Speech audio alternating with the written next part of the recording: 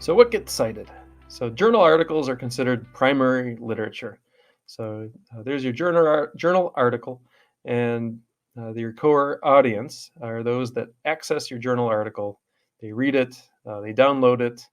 As a journal editor, uh, uh, we keep track of the number of downloads of each article that's published in the journal where I work.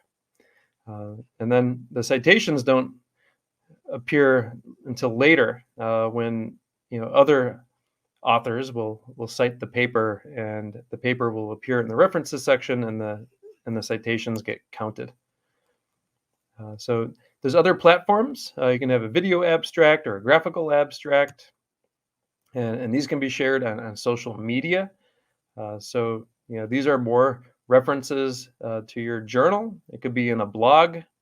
But then the researchers can access the article through the blog. We usually put links to the original paper whenever we post on social media. And this allows a lot more engagement and downloads of the article. And in fact, uh, the article can reach more people, it can reach more peers, the general public, even policy makers, and it'll reach a wider audience. And of course, they'll be able to access your articles as well. So the original way of just having your articles accessed by authors, that doesn't work like that anymore. With the advent of social media and science news, you have a wonderful potential to reach a wider audience. Some of the journals will actually help you accomplish that. They'll give you some tips on how to promote your article. You may even have a communications department at your university, and they might write a little summary of your research, and maybe a couple pictures. Some journals publishers, they have blogs where they have communities of researchers, and they'll encourage you to write a blog. They won't edit the blog for you. You have to do it yourself. And you can promote your own research that way. So what gets cited? So good quality work gets cited. Work that has a high impact with society, or work that engages with a wider audience. These all have a higher frequency of citations.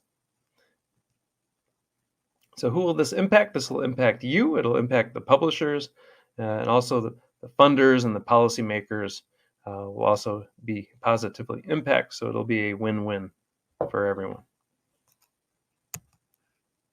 So now to the tips. So tip number one is use your name consistently. You can distinguish yourself, especially if you have a common name. There's platforms that can help you with this. For example, the ORCID ID will help distinguish you from, say if you have a very common name. This is especially true names in Asia, especially China. Like the surname and then the initials, may have a few hundred people, and you can distinguish yourself by including your ORCID ID. If you do have a very common name, consider using your middle initial to help distinguish yourself. These common names make it hard to pick out your articles from a list of others with the same name, same first initial. So you might be missed by Web of Science or other indexes. They won't be able to find you. So make sure you're consistent in the form of your name.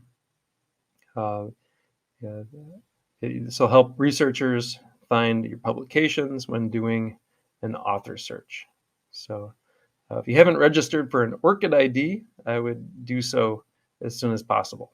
And when you submit your papers for publication, they'll ask for the ORCID ID, and this will clearly distinguish that it's indeed you.